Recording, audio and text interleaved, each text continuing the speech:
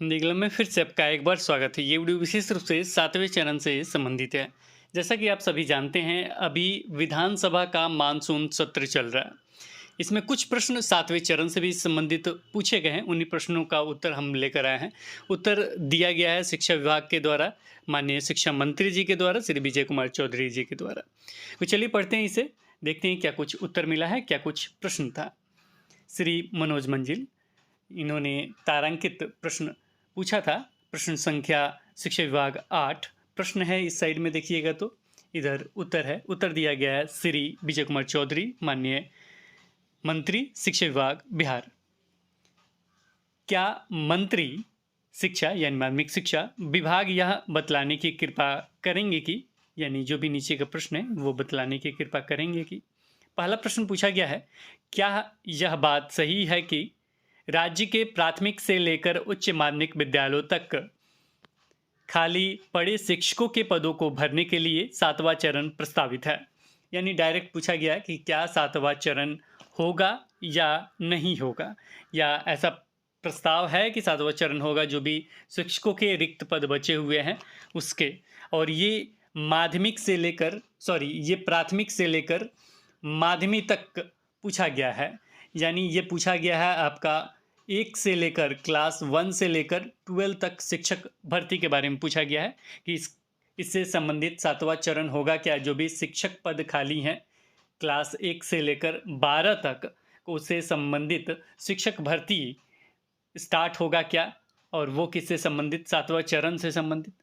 तो इसका उत्तर विजय कुमार चौधरी यानी शिक्षा मंत्री के द्वारा दिया गया है, स्वीकारात्मक है। यानी क्लास 1 से लेकर 12 तक की शिक्षक भर्ती 7वें चरण में होगी। अगला प्रश्न पूछा गया है, प्रश्न संख्या 2 है, क्या यह बात सही है कि राज्य में संचालित प्राथमिक से लेकर उच्च माध्यमिक विद्यालयों तक के शिक्षकों की नियुक्ति में ऑनलाइन एवं सेंट्रलाइज तरीके से आवेदन नहीं लिया जाता है एवं डोमिसाइल यानी स्थानीय नीति भी लागू नहीं है।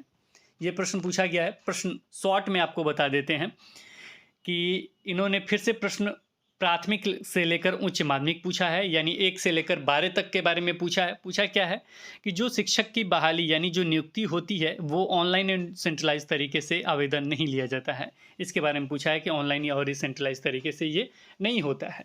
एवं साथ में इन्होंने पूछा है डोमिसाइल के बारे में, स्थानीय नीति लागू नहीं है। कम इसके साथ ही बताते चले कि माध्यमिक और उच्च माध्यमिक में पहले से ही डोमिसाइल नीति लागू है, यानी जो स्थानीय नीति है वो पहले से ही लागू है। केवल बिहार राज्य के निवासी ही 9 से लेकर 12 तक शिक्षक बन सकते हैं। लेकिन 1 to 8 में पूरे राज्य के शिक्षक, पूरे राज्य में पूरे भारत के शिक्षक बन सकते थे। यानी बिहार के अदर भी जो राज्य हैं, बिहार के अलावा अन्य जो राज्य हैं, यानी ये कहा जाए भारत में जितने भी राज्य हैं उन सारे राज्य के अभ्यर्थी बिहार में शिक्षक बनने के योग्य थे, यानी अप्लाई कर सकते थे।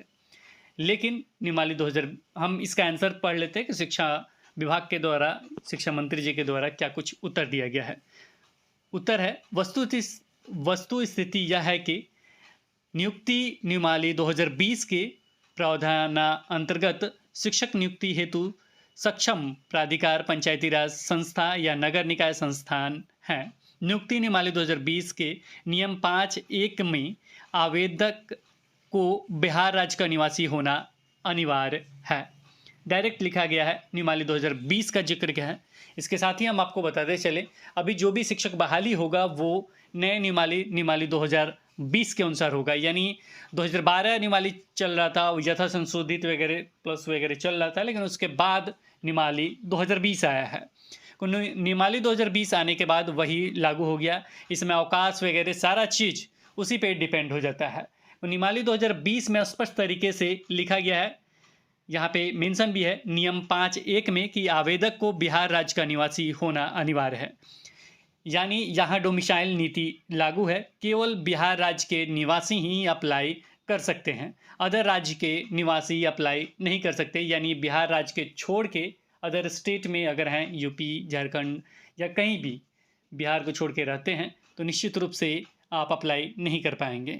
इसके साथ ही हम बताते चले, हमने कहा रहने का मतलब ये नहीं कि आप बिहार के निवासी हैं, वहाँ पैसा अर्न करने के लिए गए हैं, तो आप अप्लाई नहीं कर सकते। बिल्कुल कर सकते हैं। अगर यहाँ पे आपका घर है, यहाँ पे आपका निवास का सर्टिफिकेट है, यहाँ रहते हैं आप, मतलब बाहर भी रहते हैं, कमाते वगैरह हैं, लेकिन आपका मूल अस्थायी निवासी यहाँ के हैं, तो निश्चित रूप से आप अप्लाई कर सकते हैं। किसी भी कन्फ्यूजन में मत रहिएगा, निश्चित रूप से अप्लाई कर सकते हैं, लेकिन आपको बिहार का निवासी होना होगा, बिहार राज्य का निवासी होना अनिवार्य है। क्लियर, इस चीज़ को लिखा है इन्होंने, लेकिन ऑनलाइन सेंट्रलाइज के बारे में कोई भी जवाब इसमें नहीं लिखा गया है। चलिए आगे बढ़ते हैं, अगले प्रश्न को देखते हैं।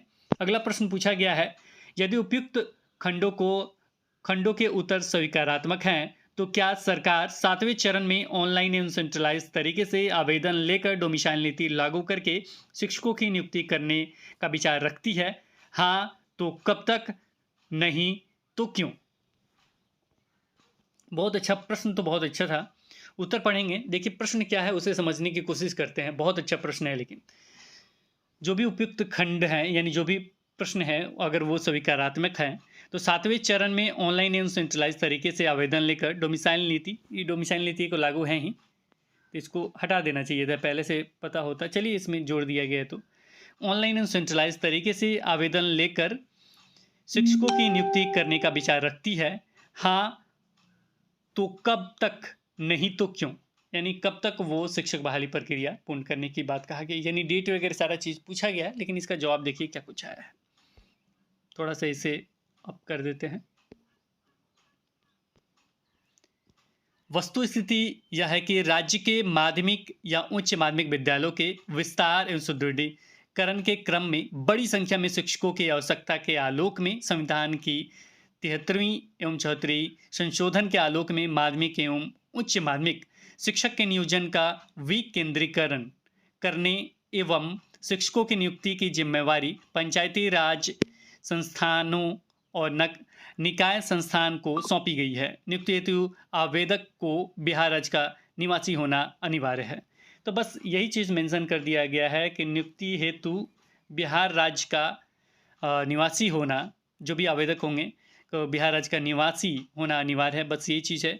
और एक शब्द यहाँ भी जोड़ा गया है कि इस संशोधन के आलोक में माध्यमिक एवं उच्च माध्यमिक शिक्षक नियोजन का विकेंद्रीकरण करने एवं शिक्षकों की नियुक्ति की जिम्मेवारी पंचायती राज संस्थान एवं नगर निकाय संस्थान को सौंपी गई है। यानी केंद्रीकरण के बदले इन्होंने शब्द इस्तेमाल किया विकेंद्रीकरण, विकेंद्रीकरण करने की बात कहा गया है अभी तक। लेकिन एक चीज़ क्लियर नहीं हुआ है, लेकिन जब भी शिक्षा विभाग से बात हुआ है तो प्राथमिक के बारे में स्पष्ट तरीके से यही कहा जाता है कि जो भी अब अप्लाई होगा वो ऑनलाइन तरीके से होगा, सेंट्रलाइज तरीके से होगा। लेकिन यहाँ पे विकेंद्रीकरण की बात कहा जा रहा है, जो थोड़ा सा, लेकिन इन्होंने माध्यमिक और उच्च माध्यमिक के बारे में कहा है। अब ये देखना होगा कि प्राथमिक के बारे में क्या कुछ है, तो इसका जवाब कुछ दिनों में आपको मिल सकता है, क्योंकि जल्दी शिक्षा विभाग में कुछ अभ्यर्थी और भी जाने वाले हैं। लेकिन जहाँ तक इससे पहले बातचीत जो हुआ था, जो लाइव भी हमने डिस्कस किया था, उसमें स्पष्ट तरीके से यही बताया गया कि ऑनलाइन अप्लाई करने के लिए आपका वेब पोर्टल का निर्माण हो रहा है। तो अगर वेब पोर्टल का निर्माण हो रहा है, अगर वो सफल होगा तो निश्चित रूप से ऑनलाइन और सेंट्रलाइज तरीके से आपका शिक्षक बहाली होगा। डोमिसाइल के रूप डोमिसाइल जो नियम है, यानी जो डोमिसाइल की चर्चा होती है, यानी बिहार राज्य के निवासी की चर्चा होती है, निश्चित रूप से वो लागू रहेगा नियमावली 2020 के अनुसार। ये पहले से ऑलरेडी आपको बताया भी जा चुका है और निश्चित रूप से ये लागू होगा। अब जो भी चरण होगा वो निश्चित रूप से 7वां चरण ही होगा, शिक्षक बहाली प्रक्रिया। और यहाँ पे केवल जो ऑनलाइन और सेंट्रलाइज की जो चर्चा है उसके बारे में स्पष्ट तरीके से नहीं कहा गया है, लेकिन अभी तक प्राथमिक में ऑनलाइन और सेंट्रलाइज की चर्चा है। तो फिलहाल जल्दी उसको और स्पष्ट करने की कोशिश किया जाएगा, कुछ दिन और इंतजार करना पड़ेगा आपको। फिलहाल इस वीडियो में इतना ही, फिर मिलेंगे एक नए वीडियो के साथ। तब तक देखते रहें, बने रहें हिंदी क्लब पे। धन्यवाद, बाय बाय।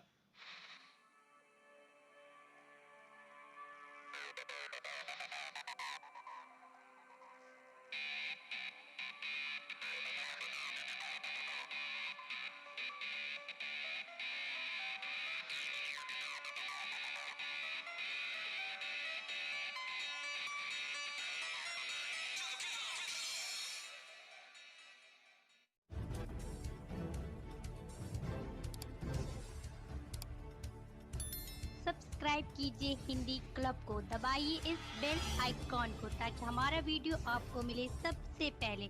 शेयर करें अपने दोस्तों के साथ ताकि वो भी इसका लाभ उठा सके। ये सब बिल्कुल फ्री है।